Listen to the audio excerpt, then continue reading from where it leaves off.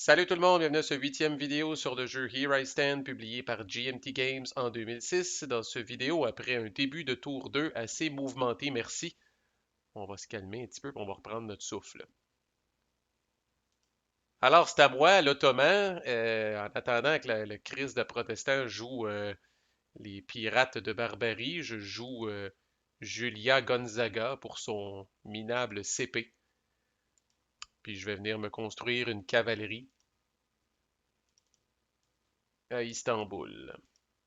J'aurais pu en profiter pour la bâtir à Salonika ou à Athènes, qui sont, on le rappelle, vides, à l'exception des quand je vais commencer à sortir les bateaux de là, ça va être problématique, il va falloir que je mette des unités là. Mais pour l'instant, je préfère mettre la cavalerie à Istanbul, qu'elle soit prête à refaire le spring déploiement puis à venir crisser de la pression, possiblement sur Vienne. Parlant de Vienne, c'est au Habsbourg. Habsbourg qui décide de jouer sa home card pour les points. Donc, du haut de ses 5 points, évidemment, le premier point, il fait son assaut à Milan. Puis là, quand je disais que ça se calme un petit peu, là, c'est calvaire. Le premier assaut à Milan, il y avait comme eu 8 cartes qui avaient été jouées de part et d'autre, là, français puis Habsbourg. Là, le français s'abstient de jouer quelque chose. Fait que notre ami le Habsbourg, 4, 5, 6, divisé par 2, ça fait 3 plus 2 pour Charles, a 5 dés contre 2 dés de défense pour le français. Et c'est saignant en tabarnak. C'est un des combats les plus saignants que j'ai vu de ma vie. En termes de nombre de pourcentage de hits, là. Fait que le Habsbourg a 5 dés. Attachez votre truc, il roule 6, 4, 6, 5 et 5. Alors, il fait 4 hits avec ses 5 dés. C'est amplement suffisant. Et le français n'est pas en reste. Il roule 6 et 5. Tabarnak. Fait que les deux combinés sur 7 dés, ils ont brassé 6 hits. Défi des lois du hasard. Fait que là, Milan tombe. Alors malheureusement, là, fan du français, là, ça va peut-être faire du bien quand même, là, parce qu'il était quand même assez bien parti. Là. Alors tout que le français perd 2 VP, le Habsbourg gagne 1 VP, prend le contrôle de Milan, euh, perd 2 mercenaires au passage. Fait qu'on va venir remplacer ça par ça ici.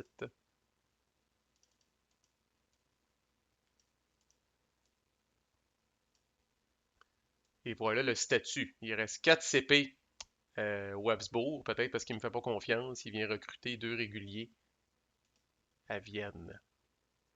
Peut-être peur que je revienne sur ma parole puis que j'y saute dessus. En fin de compte, mais vous savez que ce n'est pas mon intention, je suis gentil. C'est à l'anglais, et l'anglais fait quelque chose qu'on voit crissement pas souvent. Il va jouer sa home card pour les points. Alors, il est squeezé là un peu là, avec le français qui menace à Calais. Là. Puis là, l'anglais, sachant pas trop qu'est-ce qui se passe, là, il décide de tuer la menace. À cette heure que Treachery est passé, il n'a pas à se soucier de Treachery. Là, fait que s'il se débarrasse des bateaux français, il va être tranquille. Ça pourrait revenir le mordre, là, ça, là, parce que dépendamment des jets qui vont rouler, des jets là, de pregnancy, là, d'accouchement, là, bref, là, des femmes d'Henri VIII, là, ça vient de le retarder d'un tour. Normalement, au deuxième tour, euh, l'Anglais demande le divorce au pape, là, puis là, après ça, commencent les nombreuses, des fois, tentatives d'essayer d'avoir son héritier. Là. Mais là, il retarde tout ça d'un tour. Alors, on va voir ce que ça va donner, là, mais l'Anglais a un début de game relativement merdique. Mais là, au moins, il y a 5 points. Pour 2 points, il recrute une squadron à Londres. Avec son troisième point, il bouge cette squadron-là dans la mer du Nord, là où elle ne peut pas être interceptée parce qu'il y a déjà de ces bateaux ici. Puis avec son quatrième point arrive le fameux combat naval qu'on s'attendait tous. Il saute sur la marine française dans la Manche. Le français tente d'intercepter, c'est le jeu à faire. Par contre, ça il prend un 9 naturel avec 2 dés, il roule 5. Alors c'est foutu. Fait qu'on a une bataille navale, 6 dés pour l'anglais, 4 dés pour le français. Ça peut quand même aller pas mal partout, là. Personne joue de carte de combat.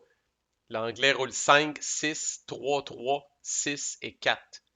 Alors il fait 3 hits, c'est énorme. Le français roule 2, 1, 6 et 4. Alors, il fait juste un hit. Alors, c'est le scénario le plus cataclysmique pour le français parce que là, étant donné qu'il est le perdant, les 3 hits de l'anglais sont arrondis à la hausse. Alors, le français perd ses 2 squadrons. Et étant donné que le français est perdant, son hit est arrondi à la baisse. Alors, l'anglais ne perd même pas de squadron. Le français aurait peut-être aimé à tout le moins amener des squadrons avec lui. Ce n'est pas le cas. Alors, ces 2 squadrons-là sont éliminés. Et avec son dernier CP, l'Anglais retourne dans la mer du Nord parce qu'il a besoin que ses hosties de squadrons soient là pour faire son crise d'assaut à Édimbourg. Fait que voilà la précieuse home card de l'Anglais, flobée uniquement pour se débarrasser de la marine française. Le Français donc abandonne officiellement ses visées sur Calais. Joue quand même une excellente carte, Foreign Recruits.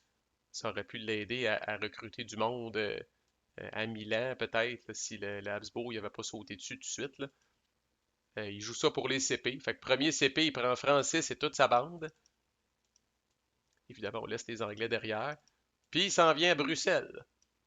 Les joies d'être en guerre avec tout le monde. Il s'en vient mettre Bruxelles en siège.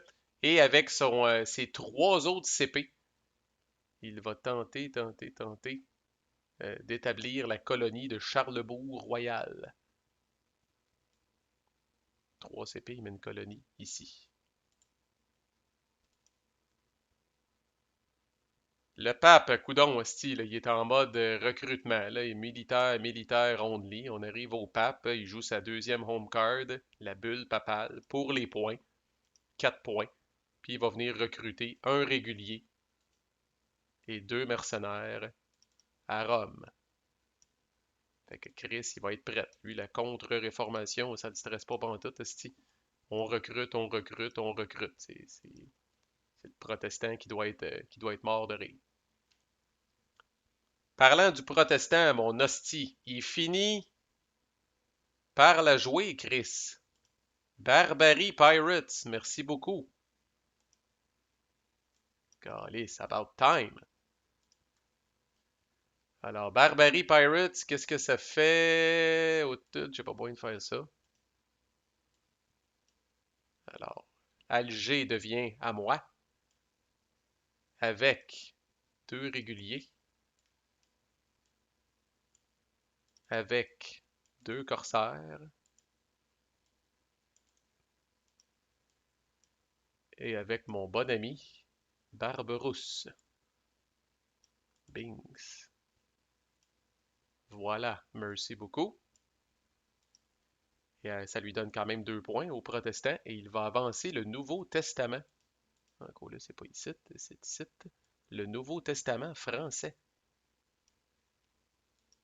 C'est rare qu'on voit ça tôt de même dans le game, mais en tout cas, on a vraiment une game religieuse extrêmement weird, avec le pape qui s'oppose pas pantoute, puis le protestant qui avance des Nouveaux Testaments dans toutes sortes de langues. Euh, à sa place, moi, j'aurais continué de convertir. J'aurais profité du fait que le pape a l'air à dormir au gaz, continuer de convertir parce que.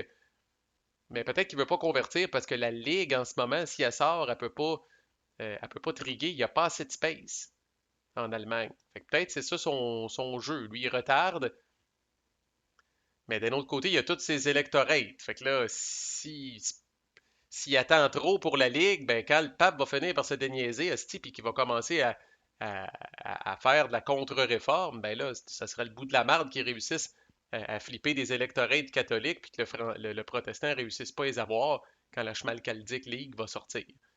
Mais en tout cas, le protestant doit voir la même game que moi, c'est-à-dire que le pape, c'est crissement pas dans ses priorités faire de la contre-réforme. Là, vous pouvez être sûr qu'il n'a pas déclaré la guerre à Génois pour rien. Au prochain tour, au pire aller, le pape en a pour une coupe d'impulse à aller mettre Gênes en siège, puis après ça, la sauter. Fait qu'en tout cas.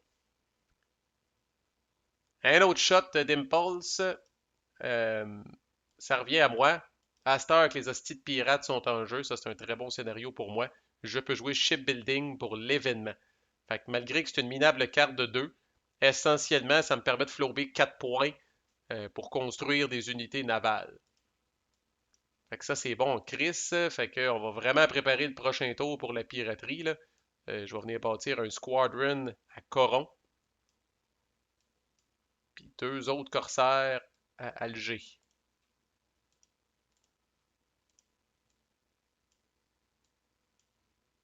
Fait qu'on a une belle petite force de piraterie à Alger, puis on a 3 squadrons pour venir les backer militairement là, quand on va commencer à sortir ce monde-là, là, puis s'en venir surtout là, dans les places juicy qui sont ici, là, les places juteuses.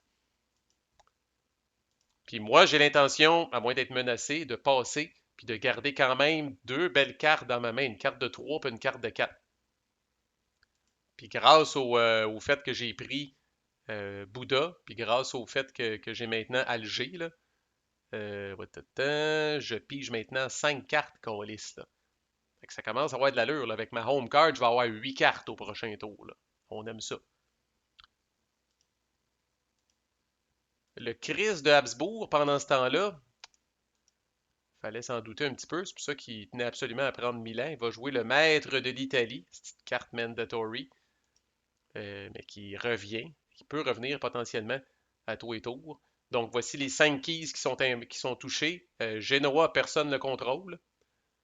Euh, Milan contrôlé par le Habsbourg.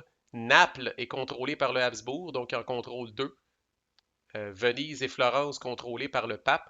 Donc personne score de VP, mais la dernière phrase, un power qui contrôle exactement 2 qui sur les 5 qui sont listés pige une carte. Alors le Habsbourg pige une carte et le pape pige une carte. Fait chier. Fait chier. Et ça donne quand même 2 points au Habsbourg. Et là, lui aussi, va y en venir la piraterie. Il vient se bâtir une flotte à Cagliari. Très bon spot parce que ça protège 2 seasons. La bonne piraterie à faire là, à date, là, c'est ici. Là. Si on peut, là, dès le début du prochain tour, là, sauter ici là, pour faire de la piraterie, c'est bon, Chris. Là. On va essayer de se garder une grosse crise de flotte géante là, qui est à peu près impossible à attaquer par personne. Alright, l'anglais joue les mercenaires, demande à être payés, mais pour les points. Un point, vous l'aurez deviné, son assaut à Édimbourg, son hostie de Vietnam à Édimbourg. Encore là, c'est pas faute d'avoir des dés. Il y en a en Christ, là, 2, 4, 5, 6, 7, 8, 9. Ça donne donc 5 plus 1 pour Henri, 6. 6 dés contre 2. Il roule 2, 4, 4, 4, 6 et 4. Tout juste.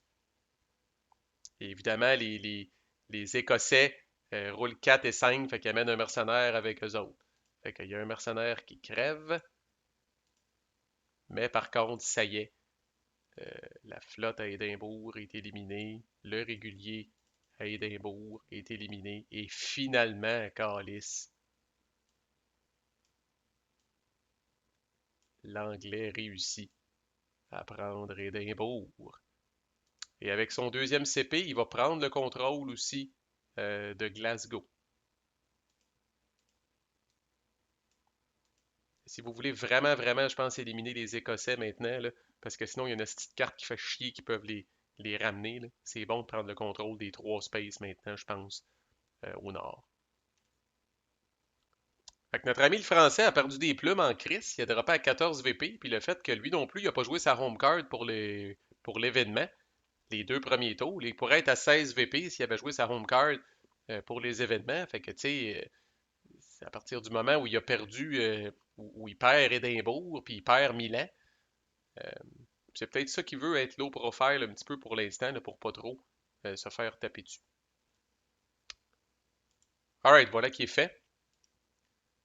Fait que parlons-en du français. Il joue une petite carte de 1 CP, Siege Mining, fait son assaut à Bruxelles. Vu que Bruxelles est vide, il divise pas ses dés par 2.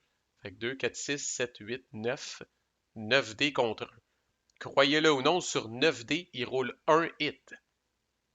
Chris, en personne, t'as chaud en tabarnak. Là, tu lances 9 dés, tu cherches les 5 et les 6, t'envoies pas un calice. Là. Finalement, t'en spots un dans le coin. Là. Il pogne un hit. Le Habsbourg roule un dé, il pogne pas de hit. C'est suffisant. Calvaire, ça a tout pris. Fait que le Français prend le contrôle de Bruxelles. Ah, ça permet un chemin un petit peu plus rapide à Antwerp. Là. Euh, c'est ça que ça fait, une space de moins pour recruter pour le Habsbourg à proximité de Paris, mais tant que Besançon est là, Besançon est une option quand même viable. Fait que c'est pas la fin du monde, là, c'était vraiment un prix de consolation pour le français. Le pape joue la goutte. Ça, ici, ça peut être une carte qu'il a pigée avec Maître d'Italie. Fait que ça, c'est joué. Le pape joue la goutte. Évidemment pour les CP. Évidemment qu'il recrute un régulier à Rome. Peut-être quelqu'un qu'il faudrait qu'il explique au pape que ce n'est pas un pouvoir militaire. Calvaire. Tu as combien de personnes ici voir Chris, quasiment plus de monde que les Ottomans. Câlisse. Et en terminant, le protestant avait dans sa main le sac de Rome. Mais c'est toujours dur à magasiner, cette calice de cartes-là. Vous allez essayer de la dealer, puis de dire, hey, j'ai Sack of Rome. Il n'y a personne qui veut plus faire chier le pape que le protestant. Mais c'est dur de magasiner cette carte-là. Puis en même temps, c'est une grosse carte, c'est une carte de 5. Fait que d'ailleurs, là, c'est ça que le protestant va faire. Il va utiliser les 5 CP, parce que Chris, 5 CP, on ne crache pas là-dessus. Quand tu as eu une main avec un ou deux, c'est des cartes de 1 ou 2 CP, là, tu les apprécies en Chris, les cartes de 5 CP. De toute façon, là, en ce moment, il y a du monde en crise à Rome. Là. Bon, c'est compliqué. Là. Je pense qu'il y a rien que les réguliers à Rome qui se battent. Là. Mais n'empêche, là, ça aurait pu être dealé peut-être. Bof.